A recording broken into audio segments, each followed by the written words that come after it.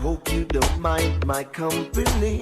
I'm lonely as can be. So if you ever really need a friend, I'll be right there if you please. I will pass by every now and then. I'll check up on your knees. Meet me tonight, everything will be right. You and me in paradise. Still of the night, star shining bright. All I wanna do is hold your hand. Meet me tonight, everything will be right.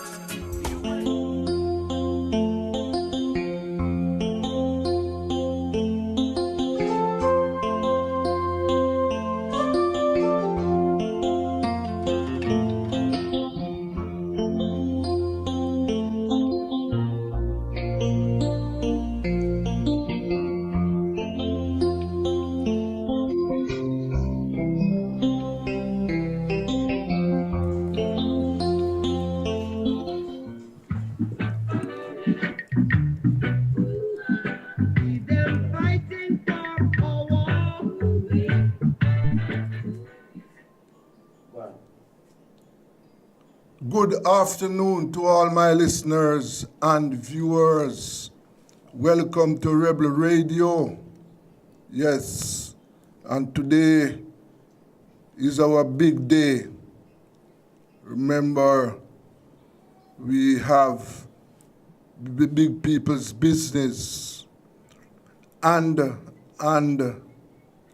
lots of information for you, lots of information. One of the things that we are following up, remember we are following up the upcoming CARICOM Heads of Government Conference in Montego Bay. Yes, because the local Palestinian community in Jamaica and in the Caribbean, we are urging the CARICOM leaders to take firm and immediate action by severing relationship with Israel over the genocide, the continuous slaughter of the Palestinian people. Yes, and the Palestinian group, they are planning a demonstration in Montego Bay at the opening of the conference.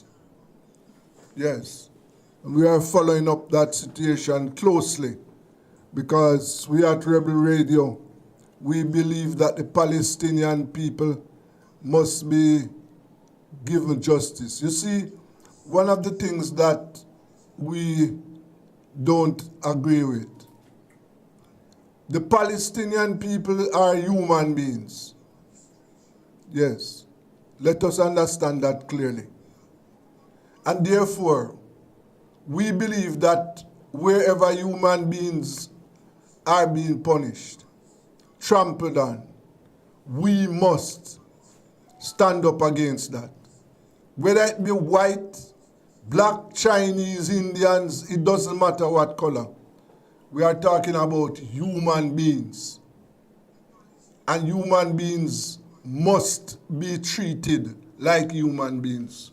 We do not accept the view that poor and powerless human beings can be slaughtered and nothing happens. We do not subscribe to that view at all.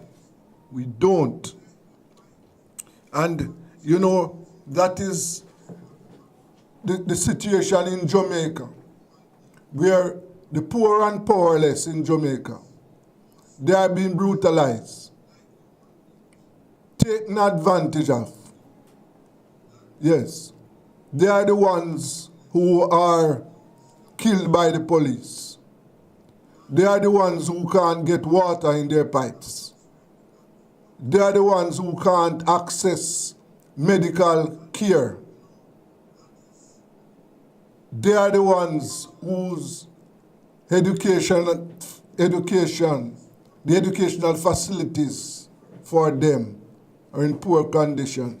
I'm talking about health care. We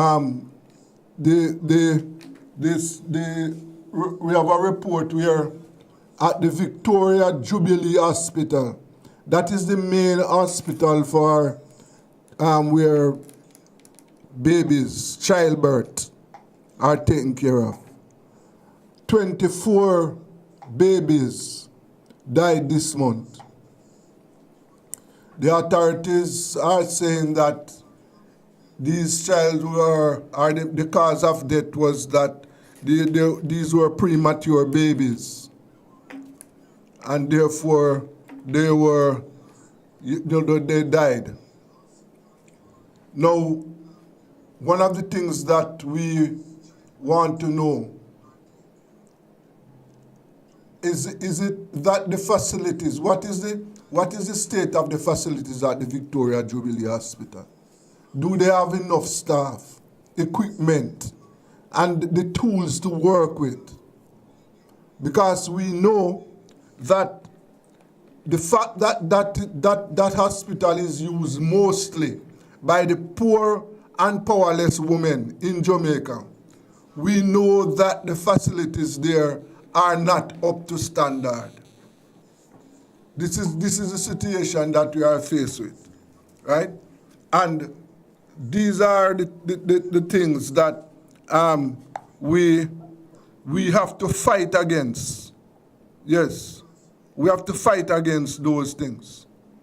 Right now we have a situation down in St. Elizabeth where an entire community is without water, right? And these are the situation there is that the Water Commission has disconnected the water from these people. Yes, and they are left without water. As you know, the hundreds of thousands of Jamaicans right across Jamaica. And these are... Hello, good afternoon. Yes, good afternoon to you, Miss Sims. How are you? Fine, thank you. All right, hold it there for me, please. Yes. So we have a resident now from Pond Side. That's the district Yes, in it is. St. Elizabeth where they are without water. Miss Sams, good afternoon to you. Good afternoon, sir. Hello? Yes, good afternoon. I'm hearing you. Yes. Just a second, Miss Sams. I'm not hearing her.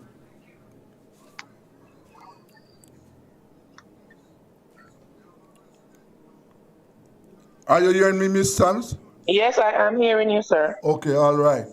So, you are from Pond Side, right? Yes, I am. Yes. And what we understand that the Water Commission has disconnected the water to that community. Tell us exactly what is happening. Well, I was told by the Water Commission that, according to their analogy, is that the adjoining district, Stonefield, has not had water over 3 months, in which that is a lie, because Stonefield people have water up to in May. So because the Stonefield persons are saying they are JLP dominated, and they are saying if they do not get water, they are not going to vote for the present MP. So as a result of that, the water is being turned to, he told me that he has got his welder, and he has made a new connection right at the entrance of Stonefield Road, which I saw, and he has his welder weld some valves so that the water is being turned to Stonefield, and he's going to turn it back to Pondside. It's over 4 days now, Pondside have not gotten any water. So because of him doing that, the residents, he's making it look like, I don't know how the NWC representative has got himself caught up in this political dilemma and seem to be behaving political where this water issue is concerned. So as a result of that, the Pondside residents, Pondside is not a volatile community, and I want to let it known that we are not a volatile community. It's just that they need water, and if they don't get the water, they're going to behave irate, as everybody does, because some part of the district is getting, some not getting. Yes. You understand? So there was a fracas between him and them, in which he called the police because he said they were interfering with valve, which I have no evidence of that. So presently now, he has turned the water full bore to Stonefield. So Ponside has not had water in a couple of days now. And this water issue has been going on from I was a child. So I don't know what NWC is going to do. More so, it is more stringent now in the dry weather. I don't know what he's going to do. He's the one that is in charge, and he does what he feels like doing. So because of he doing that, the residents have gotten irate. So tell me something about how many people we are talking about, Miss Sams. How many what? How many people are without water in Ponside now? About how many people are in Ponside? Ponside is not a big community, but we have over 100 persons living there. Yes, over 100 persons. And you are saying, you are saying now for how many days now? How many days that? It's over 4 days. It's over 4 days, heading 5. We have not have water. And before, some days it come, it's not been frequent. Some days it comes, some days it doesn't come. So because of him saying Stonefield hasn't gotten in 3 months, which I think he's lying, I know he's lying. He has, and the persons are saying, if they don't get, they're not going to vote. He has turned it fully to Stonefield. He told me that he was going to turn it back. He was going to have his plumber some welding thing and turn it back this morning. And little before I spoke to you, I called at my house and there was no water there. In the entire Ponside had no water. So I don't know what he's doing or what is happening. But if the person doesn't get water, they're going to continue behaving irate. Yes, yes, I can well understand, because the people in Ponside and the people in Stonefield, they need water. So you can't switch off the water from one district so as to allow the other district to have water. No, you need to do it, and you need to do it that the both district get a little each time. Yes, that is what must be done. Yeah, and I think as an NWC rep, they would have known how to do that. Yes, yes. And so you say for 4 days, it's over 4 days now, have not had water. Yes. And I understand also that they have made reports to the police. The police are involved. He was the one that called the police, because he said he got report that Ponside residents are tampering with a valve. And because they were tampering with that particular valve, he went and had backhoe dig another one, and he made a valve now that he said they cannot tamper with it. He has it welded, and his welder will have to come and regulate it in order for Stonefield to not get no and Ponside to not get no. So I don't know what he's doing. The ball is in his court. He's the one that is in charge, and he does what he feels like doing. Yes, ma'am. No, this is totally unacceptable. We hope the National Water Commission is here listening to this. Now, in the meantime, who's your councillor? The councillor for the Mountainside division, which includes Ponside, is Derek Sangster. Yes. So have you people reported the matter to him? I don't know if it was reported to him, but if it is reported to him, it's a dead stick. It's like beating a dead cow if you report it to him. Why he's the councillor for the area? He's the councillor for the area, but he is the councillor in body, but not in action. No. So, in the meantime, I can well imagine that the people of Ponside then, they will have to buy water. If you want water, you need water. That's the only choice you have. You have to find some private trucks and buy it. Yes. No, this is totally unacceptable. Totally unacceptable. And just tell my listeners and viewers tell us some more about Ponside. Ponside is located in which? Ponside is located 5.5 miles from Black River in the parish of St. Elizabeth. Yes, okay. And yes. It is a predominantly farming area? It is a predominantly farming area. We do livestock farming and mostly livestock farming, and we do other agricultural farming, like persons plant corn, peas, cassava, etc., along like that. Yeah. And I said persons have their animal now, much more we are in a dry weather, so they have their goats, their cows, etc., other cattle to be watered, plus they have their domestic supplies to be met, and this is what they are getting from NWC at the moment. Yes. It has always been like that, but this time they regulate the valve, so I guess I don't know what we can do with them and they're regulating their valves or whatever, the stage that he has took, because he has called in the police, as I said, and he's letting it look like we don't want the public to get like Ponset and Stonefield are at what they are always at war. We are not always at war, it's just the water situation. So you can lock from one to give the other. You got to let the water filter to both communities using the knowledge that you have as an NWC representative. Yes, okay. Well, we are appealing to the NWC, the people of Pondside. Over 100 residents are without water for 4 days now as a result of the NWC disconnecting the water. According to them, they have disconnected the water from Pondside so as to allow the residents in Stonefield, a neighboring district, which is right. yes, to get water. Totally unacceptable. So we just want the authorities to know what is happening to the poor people in St. Elizabeth, Pondside district. Miss Sams, I want to thank you very much for your time. No problem, sir. And we'll follow up this for you and we'll talk again. I highly appreciate it and thanks for accommodating. Yes, ma'am, and thank you for taking my call. Yes. Okay, sir, not a problem. Right. No, that is the situation, right? So you understand what we are talking about. That is why we say we have to stand up in defense of the underprivileged poor people. Because here it is what the Water Commission has done, right? They would not do something like that in Beverly Hills. No, they would never do any such thing. But they take it on themselves to just go in and disconnect the water, right? And now the people down there are without water for 4 days.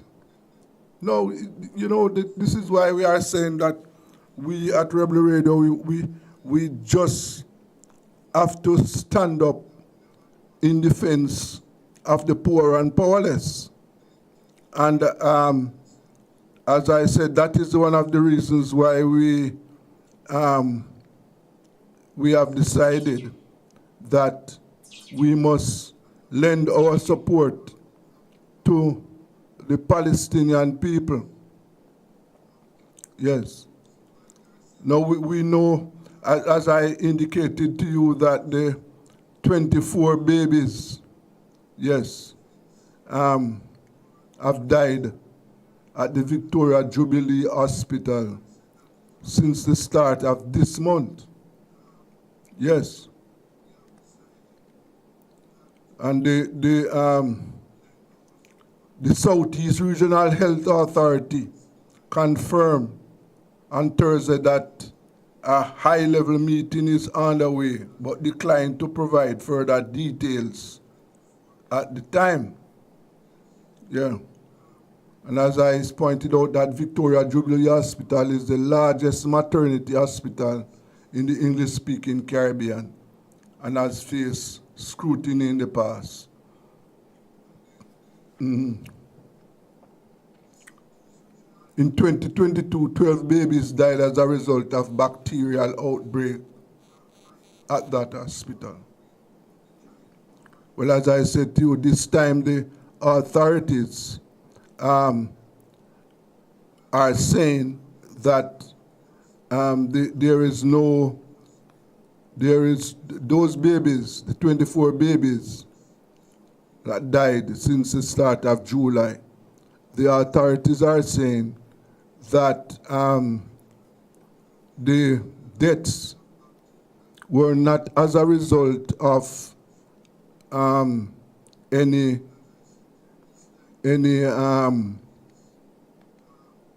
infection, Yes, that's what they are saying, that it is not as a result of any infection, but the babies were premature births.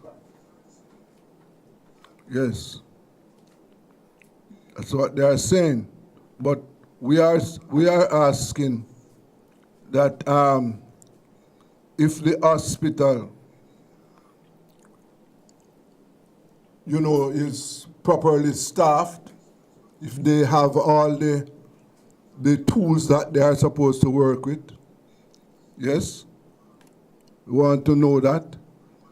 And you know that they are in a position to take care of premature births, because as we know it, and premature birth is a medical condition, Yes, it's a medical condition. And therefore, what we want to know, if the hospital is equipped to address that situation.